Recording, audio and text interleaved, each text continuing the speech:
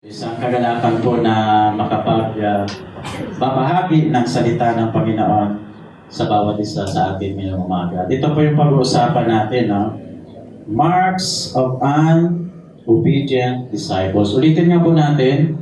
Marks of an obedient disciple. Ayan. Ang mga palatandaan, ang mga masunuring disipulo ng ating pong Panginoong Hesus. Ito na po yung ating identity, no? Ito po yung ating pagkakilanlan sa Panginoon bilang mga disciple ni Jesus Christ, no? Na magiging obedient. So yan po yung Orphan Shepherd Boys 5, no? So nagkaroon ng kaguluhan doon sa Palestine at hanggang sa humantong na yung kanilang mga alagang kambing at mga tupa ay parang kinonfiscate, no? Parang na-impound o yung sequestered.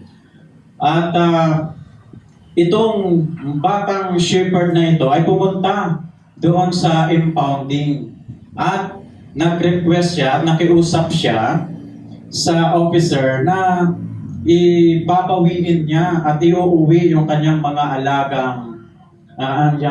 alagang tupa at kambing na na-impound po doon. Ngayon, hinamon siya ng officer. Sige, maibabalik sa iyo ang iyong tupa at ang iyong mga alagang hayop, kambing, kung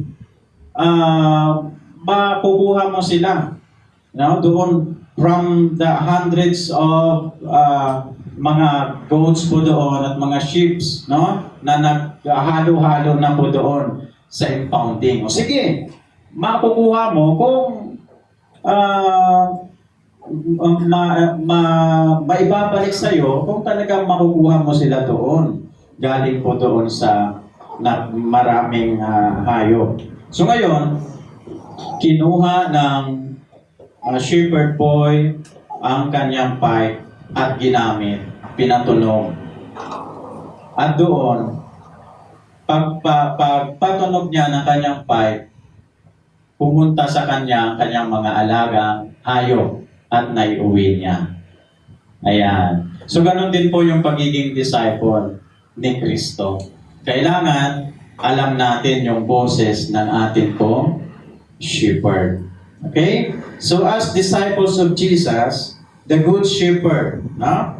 Our intimate relationship with Him is expressed through our wholehearted obedience to Him. So maipapahayag lang po, mga kapatid, ang atin pong obedience sa atin pong Panginoong Hesus sa pamamagitan ng ating intimate relationship sa Kanya. Gaano mo na po kakilala ang iyong shepherd?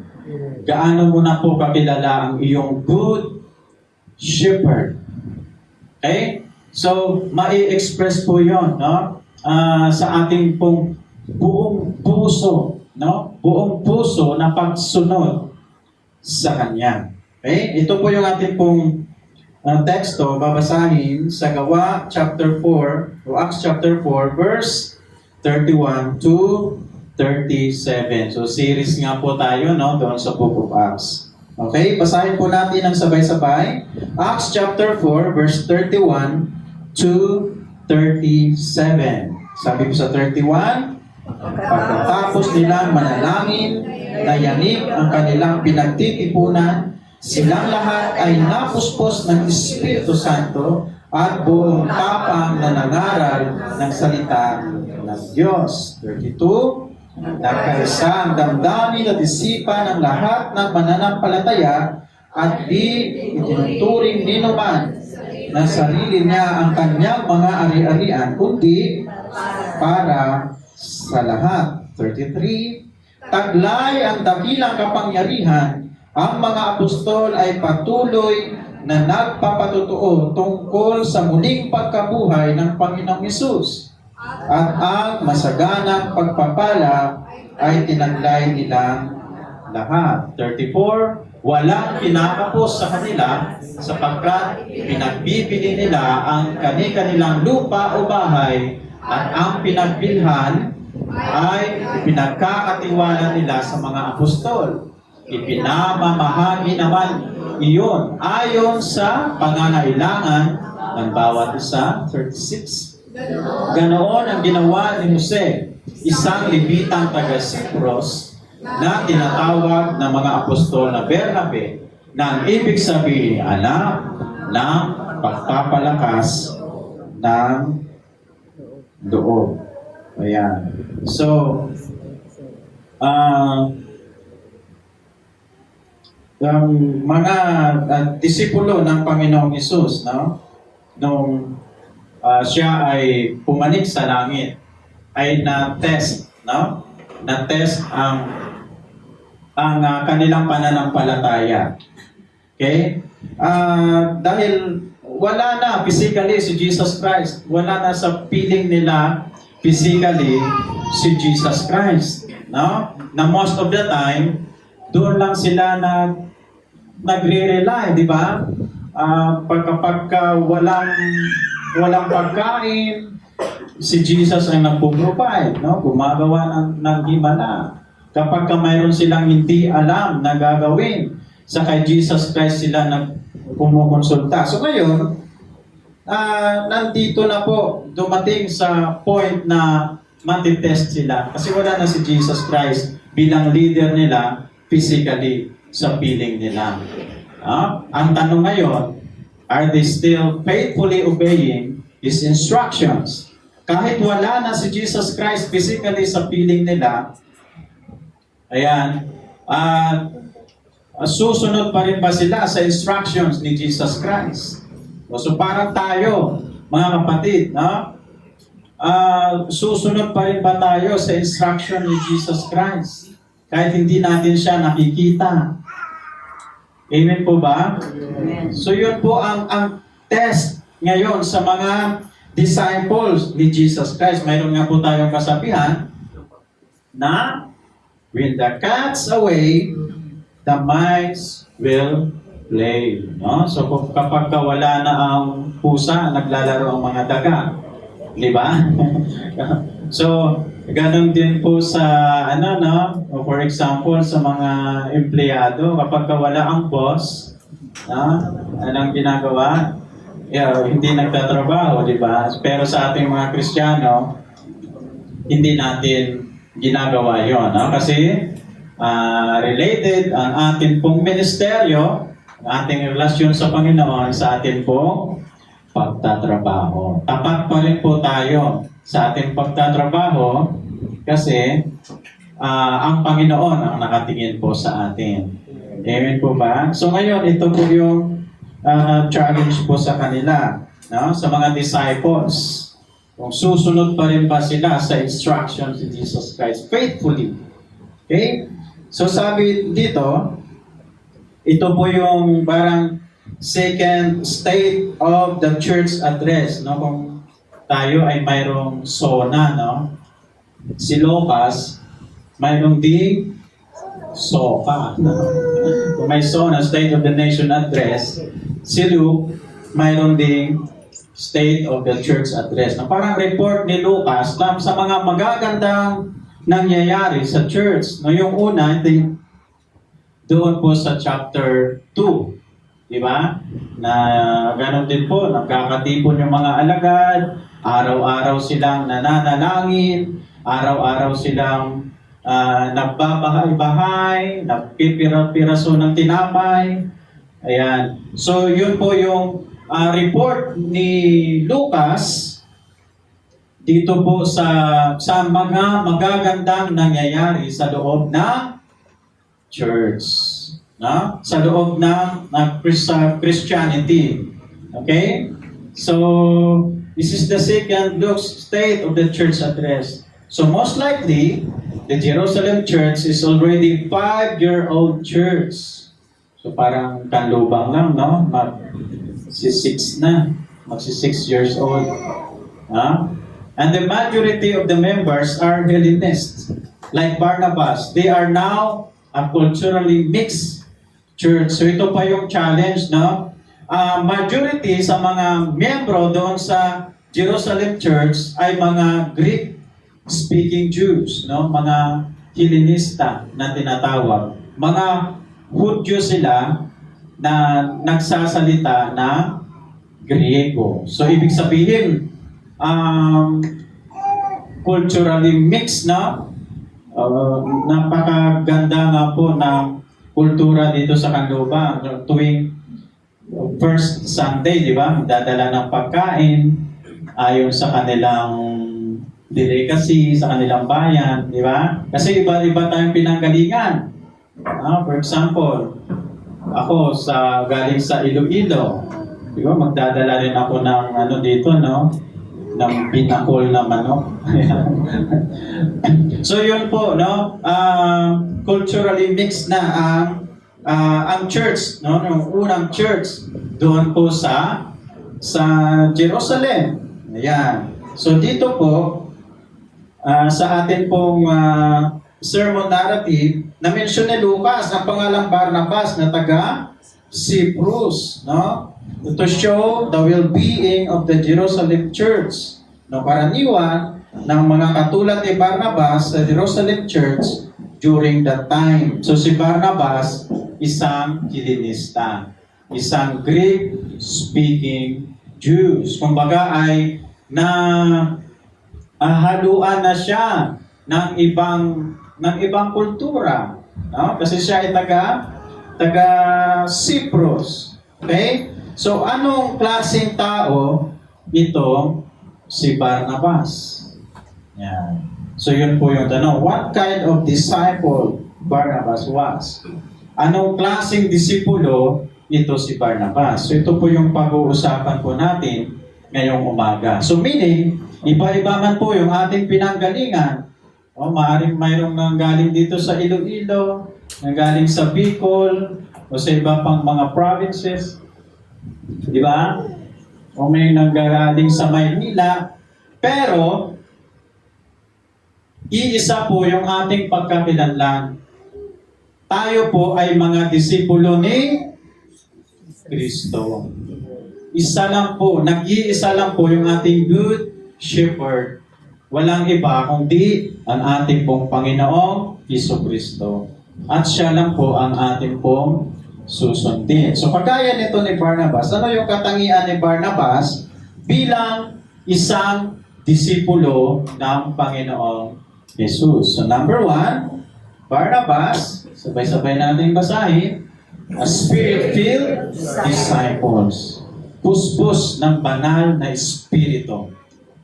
Okay? So yung Holy Spirit ng mga pure na mga Hudyo at yung Holy Spirit ni Barnabas na sa taga Cyprus ay iisa. Iisa lamang. Okay? So yung Holy Spirit, yung pumuspos sa akin na banal na espiritu at saka yung Holy Spirit na pumupuspos sa inyo ay iisa bilang mga disipulo ng ating pong Panginoong Jesucristo. Sabay-sabay natin basahin ang verse 31. Pagkatapos nilang manalangin, nayanig ang kanilang pinagtitipunan. Silang lahat ay napuspos ng Espiritu Santo at buong tapang na nangaral ng salita ng Diyos. So kasama rin po dito si Barnabas. Kasama din po dito si Barnabas na napuspos ng banal na Espiritu. Yan. Sa Acts chapter 11 verse 24, mabuting tao si Bernabe, puspos ng Espiritu Santo, at ng pananampalataya sa Diyos, at marami pang tao ang sumampalataya sa Panginoon. So, ganong klaseng disipulo si Barnabas. Napuspos ng banal na Espiritu at napakalaki ng impact niya sa ibang tao. So ngayon, ganon din po yung paalala o yung hamon sa bawat isa po sa atin. No? Na kailangan po nating mapuspos ng banal na Espiritu at ang result po nun ay mayroon po tayong gampanin sa ating kapwa. Yung ating pong buhay ay kailangan magkakaroon ng impact sa ibang tao. Ha? So, ganon ang pananampalatayang dala ni Barnabas. At ang kagandahan po dito, sabi ni Lucas, marami pang tao ang sumampalataya sa Panginoon. No? Dahil sa buhay ni Bernabe, marami pang tao ang sumampalataya sa Panginoon. Wow! No?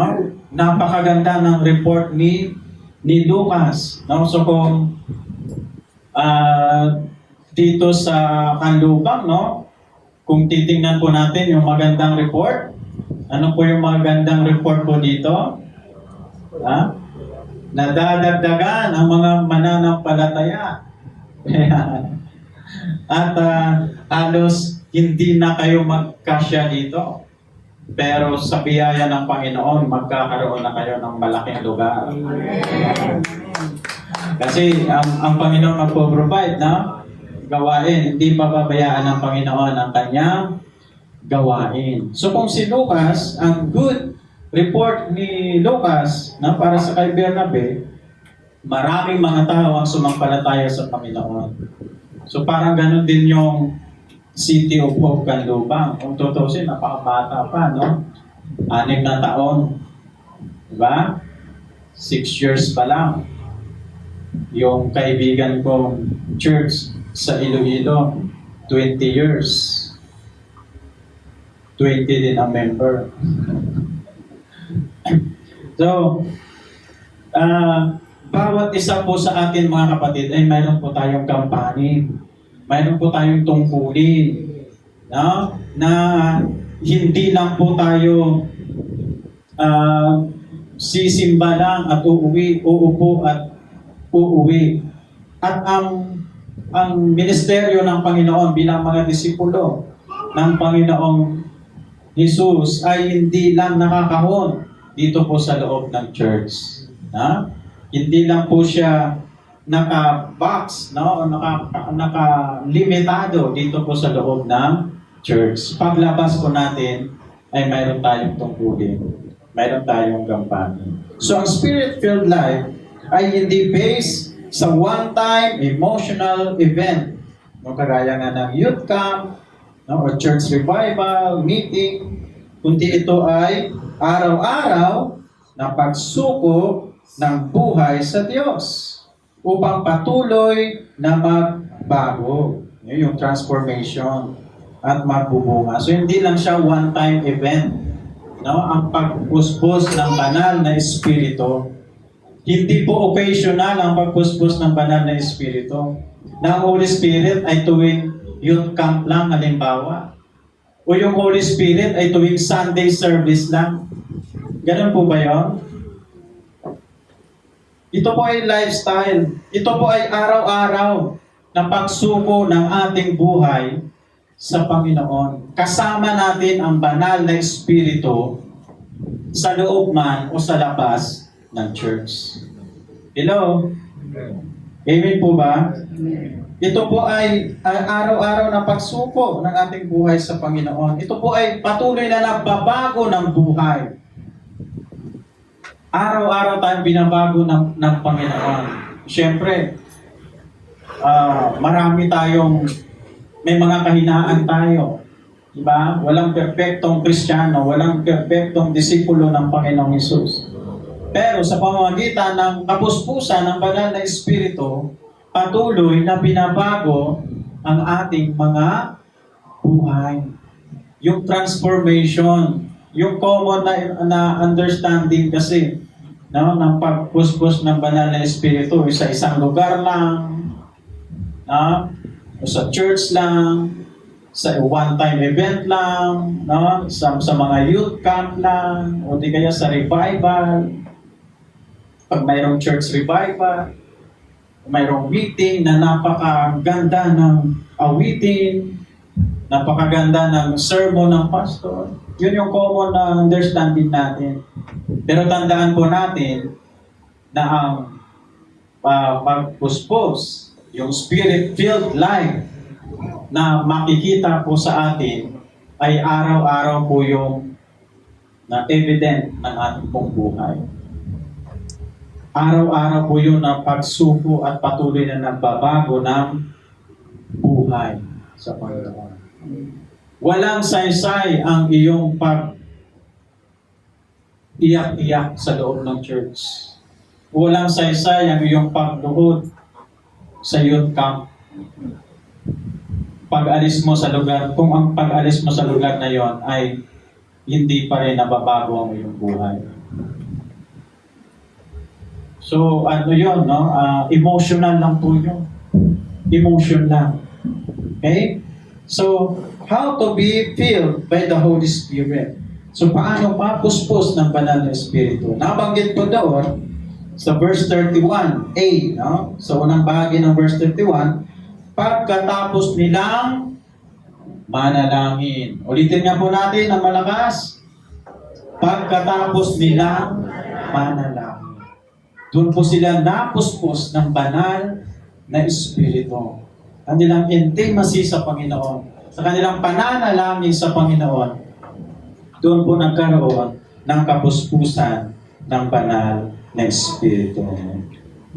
Doing spiritual discipline like quiet time that includes prayer and meditation and study of God's Word. Ito po yung mga common na spiritual discipline, mga kapatid. Bilang mga disipulo ng ating pong Panginoong Jesucristo, pananalangin. Huwag mong sabihin na ikaw ay disciple ni Jesus Christ, pero hindi ka nananalangin. Wala kang prayer time. Wala kang panahon para kausapin ang iyong good shepherd. Okay? Fellowship. So kagaya po nito, nakikisalamuha, nakikihalubilo sa kapwa Kristiyano, nagpapalakasan. That is spiritual discipline. Yan po ay bunga ng kapuspusan ng banal na Espiritu. Walang Kristiyanong nag-iisa. Walang Kristiyanong malakas kapag siya ay nag-iisa. So lagi nga pong nababanggit na tayo na hinahalin tulad sa tupa. O ba? Yung tupa ay kahit bangin na, kahit malalaglag na siya sa bangin, dire-diretso pa rin. Ba? Yan po tayo. Yung tupa ay vulnerable sa mga mababangis na hayop. Okay? Hindi po natin pwedeng sabihin na, malakas ako, kahit mag-isa lang ako. So yung strength ng tupa ay sama-sama. Pagpapalakasan sa bawat isa. Fellowship. Ano pa? Service. Okay? So yun po yung spiritual discipline. No? Service. Sharing the gospel. At marami pang iba. Yun po yung bunga, kapuspusan ng banal na Espiritu po sa atin. So si Foster, mayroon po siyang spiritual discipline. May mga list ng spiritual discipline. No? Galing sa kanyang obra o sulat na From Celebration of Discipline. Una, yung inward discipline. Nasa loob po natin, no? Inward. Ano po yan? Ang mga yan? Sabay-sabay? Meditation. Ayun, yung pong ating pagninilay ng salita ng Panginoon. Meditation sa sarili po natin. Diba? Pananalangin. Okay? Fasting. No? Kung mayroong pagkakataon na pinoconvict ka ng Panginoon na mag-fast, mag-ayuno, hindi ka kakain ng 2 meal, 3 meal. Yun yung conviction ng Panginoon na mayroon pang pinapanalangin. Gawin mo. Pag-aaral ng salita ng Panginoon. Common yan sa isang Kristiyano. Ang hamon po sa bawat isa sa atin mga kapatid, no? Ang mga Kristiyano po noon, binibigay nila ang kanilang buhay sa Panginoon. Binibigay nila ang kanilang oras, panahon sa Panginoon. Dahil yun yung kanilang pagkakakilanlan. Yun yung palatandaan ng pagiging disipulo ng Panginoong Yesus. Kahit sila inuusig, patuloy pa rin po sila. So yung hamon sa bawat isa po sa atin, huwag po sana nating ibaba ang standard ng pagiging Kristiyano. Okay? Hindi ka nga nagbabasa ng Bible, tapos sabihin mo, disciple ka ni Jesus Christ. Kung hindi ka nga nagpipray, tapos sinasabi mo, disciple ka ni Jesus Christ.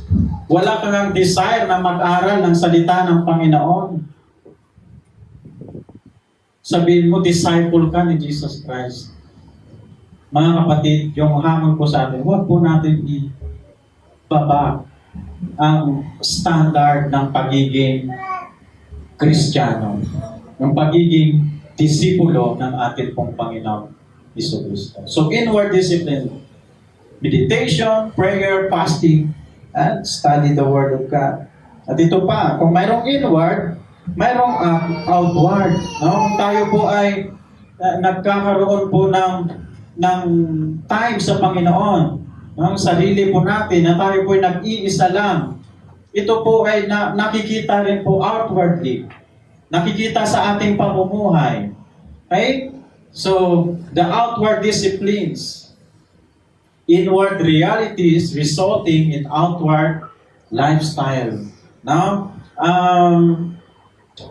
may mga Kristiyano na nagsasabi na wala akong pakialam sa lifestyle ko. Basta ako, maganda ang relasyon ko sa Panginoon. Nagme-meditate ako, nagpe-pray ako, nagpa-fasting ako. Nag-aaral ako ng salita ng Panginoon. Pero hindi naman makikita sa pamumuhay. Kaya si Foster, kung mayroong inward, mayroong ding outward. Ano-ano pong mga yon? Simplicity, solitude, submission, service. Yun po yung result ng iyong magandang relasyon sa Panginoon. Yun po yung resulta ng iyong meditation. Yun po yung resulta ng iyong prayer. Okay? Dapat mayroon pong balance, no? Hindi pwedeng sabihin mo na nag-meditate ako ng salita ng Panginoon, pero ayaw mo namang sumunod. Nagpipray ako sa Panginoon. Maganda ang relationship ko sa Panginoon, pero ayaw mo namang maglingkod. So dapat yung atin pong inward disciplines ay makikita din outwardly. Maipapakita din po natin. Mayroon din po mga patunay. Yun po yung simplicity, solitude, submission, and service. So ito pa po, pangatlo.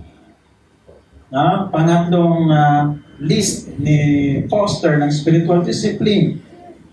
The corporate disciplines. Hindi lang po ikaw ay nag-iisa, kundi mayroon kang mga kasama. Mayroong church, mayroon kang iniisip na church, na mayroon kang mga kapatiran. Okay? Yun po yung confession. Sabi ng Panginoon, confess your sins to one another. Nandun po yung worship. Sama-sama ang pananambahan. Nandun po yung guidance, yung paggabay sa bawat isa. That's why meron tayong pastor, meron tayong shepherd, meron tayong mga leaders. Kasi kailangan natin ng gabay. Even me, kahit mga pastors, kailangan ng mentor, kailangan ng gabay. Celebrations, kagaya po nito, worship, celebrations po natin. Nagse-celebrate tayo sa kaligtasan na ginawa ng Panginoong Hesus sa atin. Sa kabutihan ng Panginoon, sama-sama tayo nagse-celebrate. Amen po ba? So yun po yung corporate. Mayroong inward, Mayroong outward, makikita sa ating pamumuhay, at mayroon din pong corporate, sama-sama. Kaya yung iniisip po natin, hindi lang yung mga sarili natin, bilang church. Diba? Meron nga po tayong kasabihan na sakit ng kalingkingan, sakit na ramdam ng buong katawan. Iisang katawan tayo sa Panginoon.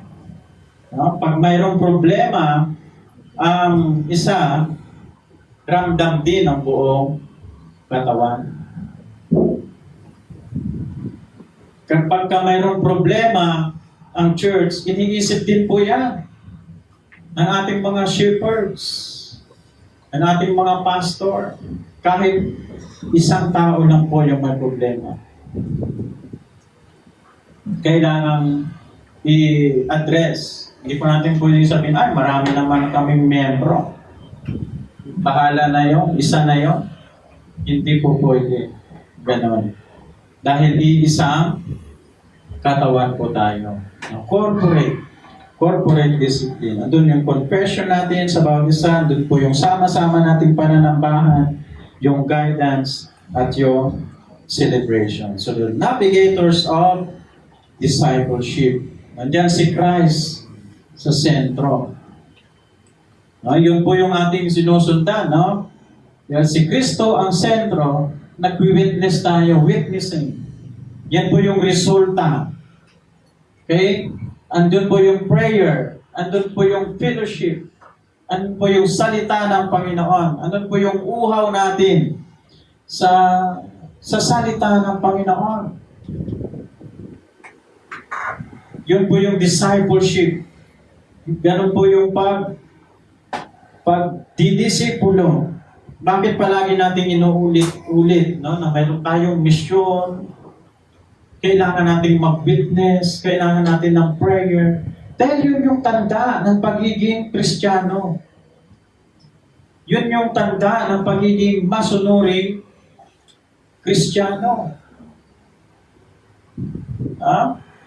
At lagi tayong tinuturuan na hindi hiwalay ang ating mga personal na pamumuhay sa gawain ng Panginoon, sa ministeryo ng Panginoon.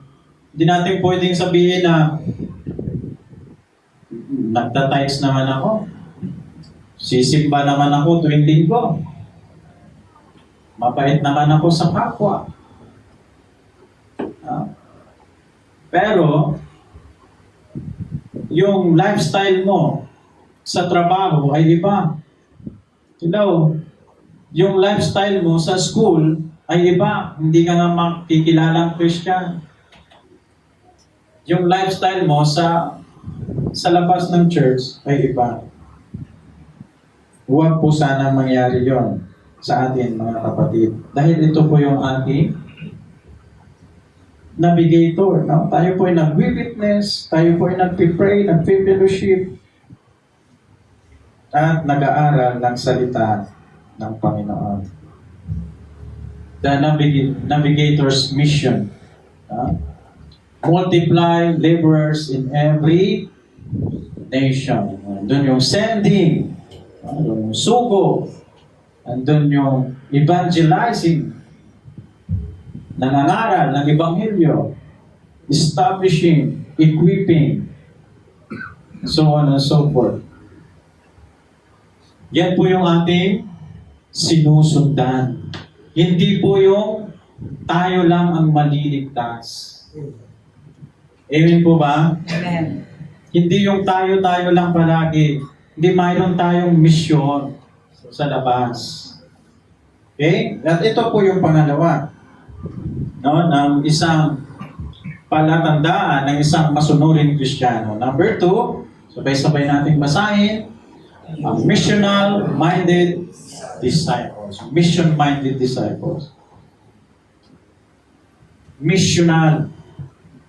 Di ba? Isa nga sa vision natin, no?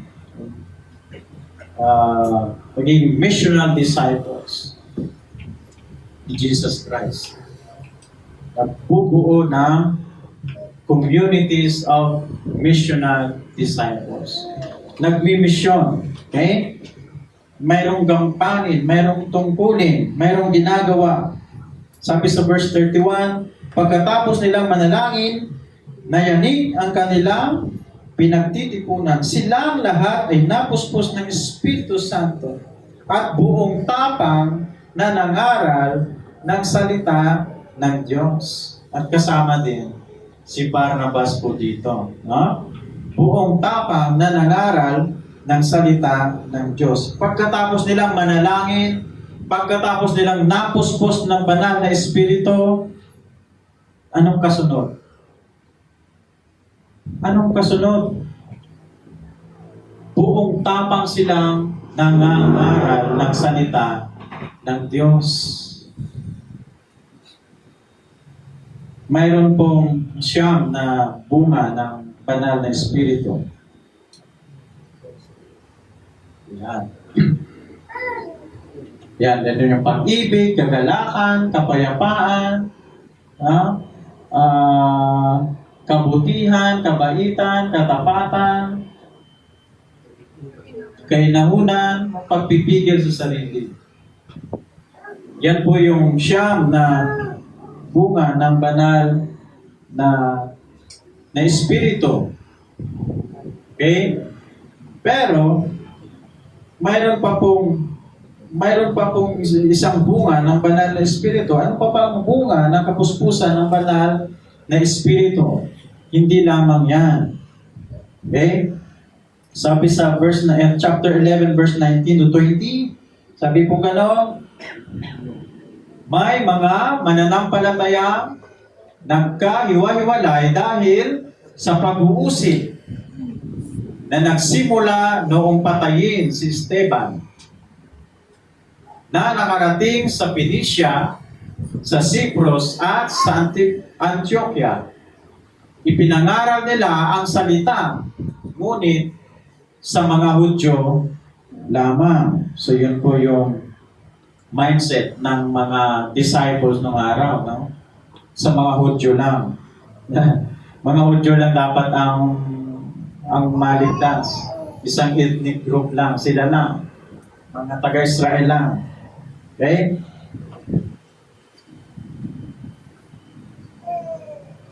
Pagdating po sa verse 15, verse 35, subalit, nanatili sina Pablo at Bernabe sa Antioquia at kasama ng marami pang iba, pinagturo at nangaral ng salita ng Panginoon. So kaya mga kapatid, kapag mayroon kang spirit-filled life, ay mayroon ding mabungang buhay pananampalataya katulad ni Barnabas. So hindi lang yung siyam, kundi pag magiging mabunga ang ating buhay kung mayroon po tayong spirit-filled life. Lagi po tayong puspos ng banal na Espiritu. Nasa atin ang kapangyarihan ng banal na Espiritu na nagiging mabunga. Isa pang common understanding ng mission kapag ka pumunta ka sa malayo. Hello? Pag pumunta ka sa Cambodia, pumunta ka sa Vietnam, sa Africa, that's mission. Pag dito lang, hindi mission. Hindi po, mga kapatid. Ang mission po ay dito at doon. Kapitbahay mo, mission mo po yan. Katrabaho mo, mission mo po yan. Kaklase mo, mission mo yan. Kapamilya mo, mission mo yan. So hindi po kailangan pumunta sa malayo para mag-misyon. Kasi mayroon kang misyon. O di kaya pag magiging mabunga lang ang misyon, kapag ka marami kang napuntahang lugar, marami kang nasirang, hindi mo alam na pupwede ka rin palang maging mabunga sa iyong community lang mismo, o sa iyong pamilya mismo, sa iyong kapitbahay, sa iyong mga kaibigan mismo, pwede kang magiging mabunga. Pwede magkaroon ng impact ang buhay mo sa kanila. So kagaya ni Bernabe, ni Pablo, kung saan sila napunta, mission po nila yon. So tandaan po natin, saan larangan man po tayo dinadala ng Panginoon, yun po yung ating pong pagkatawag. Hello? For example, sa amin mga pastor, ito po yung pagkatawag ng Panginoon sa amin, mangaral ng salita ng Panginoon. Okay? Kung ikaw ay teacher, yun po yung field mo. Yun po yung pagkatawag ng Panginoon sa iyo. At doon ka magmi-mission.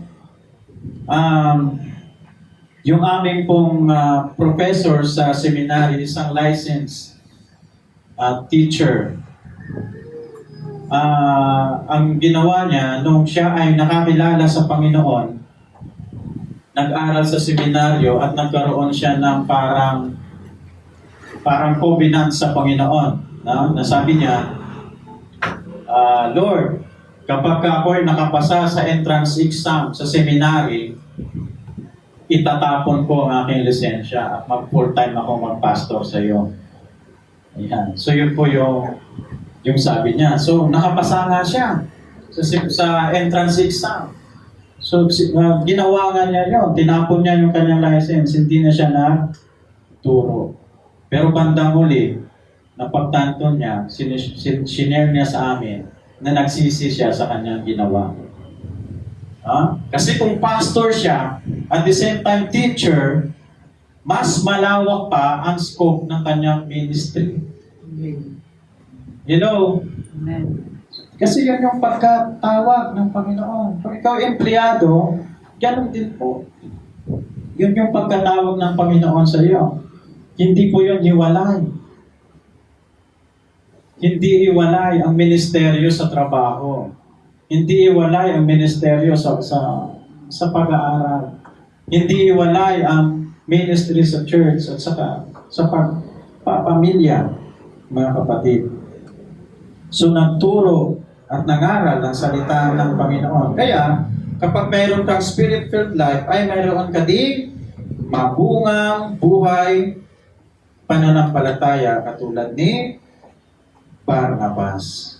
Kapag mayroon kang spirit-filled life, magiging mabunga ang iyong buhay. Dahil kasama mo ang Santong Espiritu. Kapag mayroon kang spirit-filled life, ay magkakaroon ka ding love and compassion for the lost.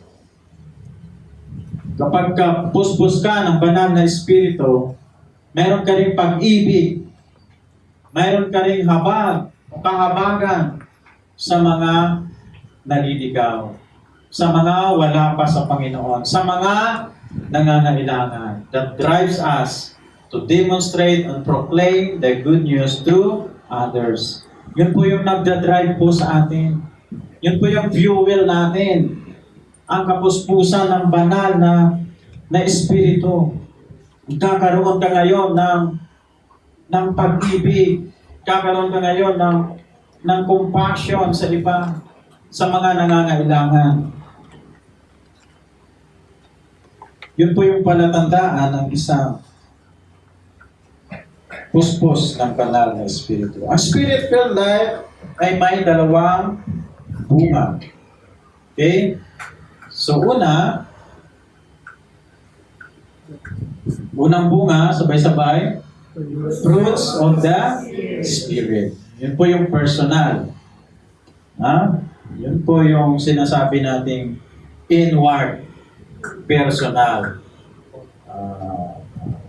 Yung nabanggit kanina, yung siyang, mabait ka, meron kang self-control, pero meron din pangalawa. Okay, sabay-sabay. Fruits of being missional disciples bring impact to other people. Dapat may impact. Yun po yung pinakamalaga. Yung nasa atin, nagkakaroon ng impact sa ibang tao. Yun po yung counted sa Panginoon.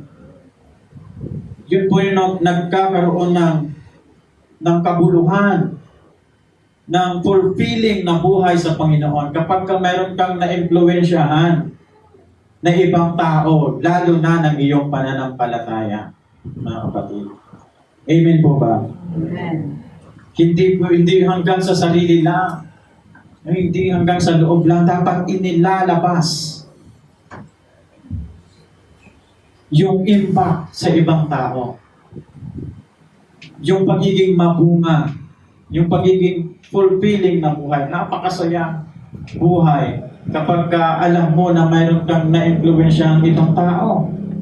Kahit isang kaluluwa lang na ma-influensyahan mo sa Panginoon ng iyong pananampalataya. Mga kapatid, isang naramdaman din ba natin yon? Ha? Mayroon tayong sa T40, no? Mayroon tayong prayer, mayroon tayong care at pag-share. Dahil yun yung ating pagkatawa. Okay? Pangatlo mga kapatid, are relational disciples. Mahalaga din po ito, no? Relational disciples ni Jesus Christ. Okay? So, hindi Bernabe ang tunay na legal niyang pangalan. Siya ay si Jose na isang mayamang Helenistang Levita na taga Cyprus. Hindi talaga Bernabe ang kanyang legal na pangalan. Pinangalan lang sa kanya to ng mga apostol. Na? Dahil nakitaan siya ng pagiging encouraging, pagpapalakas ng loob. Kasi yun yung meaning na Barnabas. No? Son of encouragement. So, pero ang totoo niyang pangalan talaga ay Jose. Verse 36, ganoon ang ginawa ni Jose, isang Levitang taga Cyprus, na tinatawag ng mga apostol na Bernabe, na ibig sabihin ay anak ng pagpapalakas na loob. So sana ganun din po tayo, no? Mapapalitan din. Dati parang, o kung dati ikaw ay naging kakatisuran, kung dati ikaw ay mataray, suplado, mapapalitan ngayon ang iyong identity. Ikaw na ngayon ay anak ng pagpapalakas ng loob at iba pa. Okay? Ikaw na ngayon ay mabait. Ikaw na ngayon ay puspos na ng banal na espiritu. Mayroon ng patunay sa buhay mo. So bakit kaya pinalitan ang kanyang pangalan sa kabila na siya ay sa Christian Church? Bakit naman pangalang Bernabe ang pinili ng mga apostol para sa kanya? Sa verse 34, walang kinakapos sa kanila sapagkat ipinagbili nila ang kanilang lupa o bahay o ang pinagbilhan ay pinagkakatiwala nila sa mga apostol. Pinapamahagi naman iyon ayon sa pangangailangan ng bawat isa. So ganoon ang ginawa ni Jose, isang Levita, taga Cyprus, na tinatawag na mga apostol na Bernabe, at ang ibig sabihin ay anak ng pagpapalakas ng loob. Siya yung nanguna. Siya yung mayroong malaking impact. No, ginaya siya ng iba. Pinagbili niya ang kanyang ari-arian. Pinagbili niya ang kanyang bukid at pinagkatiwala sa mga apostol ang pinagbilhan. So kaya siya tinawag na son of encouragement. Anak na nagpapalakas ng loob. Kasi nagpakita siya ng encouraging lifestyle. Nagpakita siya ng impact sa iba. Pinakita niya ang halimbawa at sinundan siya ng iba. Ganon din po yung hamon sa bawat isa sa atin. Ipakita po natin yung halimbawa ng masunuring Kristiyano. At magkakaroon po tayo ng impluwensya sa iba ng ating pananampalataya. So bago pa man, ginawang Bernabe ang pangalan niya, nakita na ng mga apostol ang pagiging matulungin ni Jose sa kanyang kapwa. Nakita na yon ng mga apostol. Ang mga apostol ang nag-distinguish noon. Ang mga apostol ang nakakakita ng kanyang katangian na pagiging matulungin sa kapwa. Medyo malaki din talaga ang role ng mga pastor, no, sa loob ng church. Di ba? Okay, ikaw ay talaga ng leader, dapat makikita mo yung katangian. Kapag ikaw ay naghihikayat na tatayo dito sa gitna, umagamit sa Panginoon, of course, yun yung objective natin, yun yung goal po natin, na bawat isa po sa atin ay magamit sa kapurihan ng Panginoon. Diba?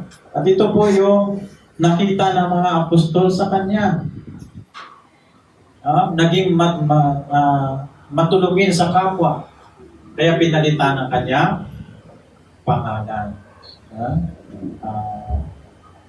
Bago pa nga ginawang Bernabe ang pangalan niya, nakita ng mga apostol ang pagiging matulungin ni Jose sa kanyang kapwa, mananampalataya. Relational disciples are big factors for church health and growth. So yung pagiging relational, di ba? Aanhin mo yung napakarami mong kaalaman sa Biblia. Napakatalino mo, kabisado mo ang Genesis to Revelation. Pero hindi ka naman relational. Wala ka namang relasyon sa iyong kapwa. Wala ka namang pakialam sa iyong kapwa. Wala rin, mga kapatid. Noon pa man, kahit noon, ng mga unang Kristiyano, mula nung unang iglesia, hanggang sa ngayon, yung napaka-epektibo pa rin pamamaraan ng paglago ng iglesia, ang pagiging malusog na iglesia, ay ang pagiging relational. Pagiging relational. Ako lagi yung sinasabi, hindi naman po ako magaling. Hindi naman po ako matalino. Mukha lang po akong suplado, pero relational po ako. So yung relasyon natin sa kapwa, napakalaga po nun, no? Yan. So kapag ka relational ka, mabilis at madaling mahikayat yung ibang tao sa pananampalataya. Hindi naman tatanungin ng ibang tao kapag, for example, nag-invite ka, no? Hindi naman tatanungin ng mga tao, ay, ilang verse ba ang memorize mo? Gaano ka ba katalino sa Biblia para ako isusunod sa iyo? Hindi naman noon, no? Hindi naman ganoon. Pag nakita nila na ikaw po ay matulungin, kagaya ni Bernabe, pag nakita ng mga tao na ikaw ay relational, genuine ang iyong relationship, ng iyong pakay sa kanila, na nais mo silang madala sa paanan ng Panginoon, kikilos at kikilos ang banal na Espiritu para sila ay maakay sa Panginoon. Okay? Yun po yung impact ng buhay ni Bernabe, kung bakit siya pinangalan na Bernabe galing sa kay Jose. Tayo po tumayong lahat, mga kapatid. Ang hamon po sa bawat isa sa atin ay patuloy nating maintain na maging obedient disciples kagaya ni Barnabas, na maging spirit-filled, maging missional, at magiging relational.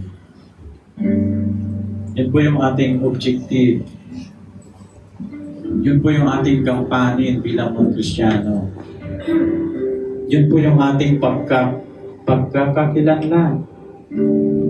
Identity as Christians. Mayroon tayong responsibility sa ating kapwa. Mayroon tayong kampanin sa ating kapwa bilang mga masunuring Kristiyano. Hindi man natin kasama si Jesus physically, Pero kasama natin siya spiritually. At ang ating good shepherd ay laging nakatingin sa bawat isa sa atin. Saan man tayo mapunta, saang larangan man tayo mapunta, laging nakatingin ang ating mabuting pastor sa bawat isa sa atin. Kung gaano po tayo kamasunod. Yes, Father God in heaven, maraming salamat po, Panginoon, sa inyong pong paalala sa bawat isa sa amin. Na kami po bilang mga masunuring Kristiyano ay maging spirit-filled Christians, Panginoon. Magiging missional Christians. Mayroon po kaming misyon sa mundo. Kaming misyon sa aming kapwa. At magiging relational, Panginoon. Mabuti ang aming relasyon sa aming kapwa. Sa aming kapwa Kristiyano. At sa iba pa, Panginoon Diyos. Thank you so much, Panginoon. At dalangin namin ang inyong pong Santong Espiritu, Panginoon. Magpuspos sa bawat isa sa amin, Lord God. Na makita sa amin, Lord God, ang pagiging masunuring Kristiyano, aming Panginoon. Ikaw lang po ang aming mabuting pastor. Ikaw lang po, Panginoong Isus, ang aming susundin, Panginoon. At sa inyo po kami accountable, Lord God. Ikaw po ay nakatingin sa amin, Panginoon. Kami ba'y naging tapat? Kami ba'y naging masunurin, Panginoon? Maraming salamat, Lord God, sa inyo pong pangako na sasamahan nyo kami hanggang sa dulo ng daigdig, Panginoon. Maraming salamat dahil hindi kami nag-iisa. Hindi kami nag-iisa na nagmi-mission. Kasama namin ang aming mga kapatiran at higit sa lahat, kasama ka namin, o aming Panginoon. Ang dalangin namin patuloy ang inyong pong pagpapala sa iglesyang ito. Alam po namin, Panginoon, ang iglesyang ito ay naging pagpapala sa marami. Naging pagpapala sa iba pang mga iglesia ng City of Hope, Panginoon. At patuloy niyo pong ibuhos ang inyong pong pagpapala sa kanila, Panginoon. Bawat pamilya na naririto, bawat kaani ng City of Hope Kanlubang na naririto, ay patuloy niyo pong pagpalain, Panginoon. At dahil sa pagpapalang yon, maraming mga tao ang magpupuri sa inyo. Maraming mga tao, Panginoon, ang sasamba sa inyo. At sa inyo lamang po, Panginoon, maibalik ang lahat ng papuri, pinakamataas na pagdakila at pagluwalhati, Panginoon. Bawat accomplishment, bawat pagtatagumpay ng inyong pong mga anak na naririto, ay sa inyo lamang po, Panginoon, maibalik ang kaluwalhatian, Panginoon. At dalangin namin patuloy, Lord God, na ipagkaloob niyo po sa City of Hope Kanlubang ang isang malaking lugar ng pagsamba, aming Panginoon Diyos. Ikaw po ang higit na mas nakakakita ng pangangailangan, Panginoon.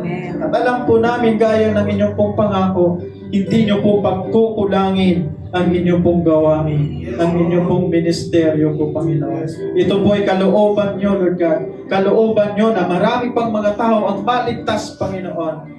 Kaya po, Lord God, ipagkaloob niyo po, o aming Ama, Panginoon, ang isang malaking lugar para po sa City of Hope Kanlubang, upang marami pang mga tao ang matitisipulo, marami pang mga tao ang makakilala sa inyo, sasamba sa inyo, maligtas po aming Panginoon, kagaya ng isang buto ng mustasa, nagiging isang malaking puno, Panginoon.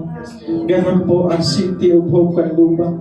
Inyo po nawang ipagkaloob, Panginoon Diyos, ang desire ng kanila pong mga puso.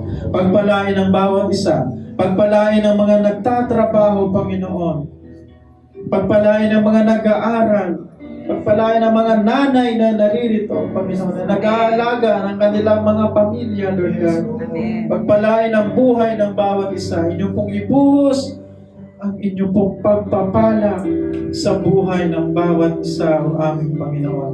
at ang nag-iisang buhay na ito ay magkakaroon po, Panginoon, ng influence, impact sa marami pang mga tao, Panginoon. Gamitin niyo po kami, kasangkapanin niyo po kami para sa Ebanghelyo, Panginoon. Kasangkapanin niyo po kami para sa inyong pong misyon, o aming Panginoong Diyos. Ilagay niyo po sa puso ng bawat isa na mayroon po kaming misyon, o aming Panginoon. At sa umagang ito, Lord God, sa inyo po kami lubos na nagtitiwala po, Panginoon.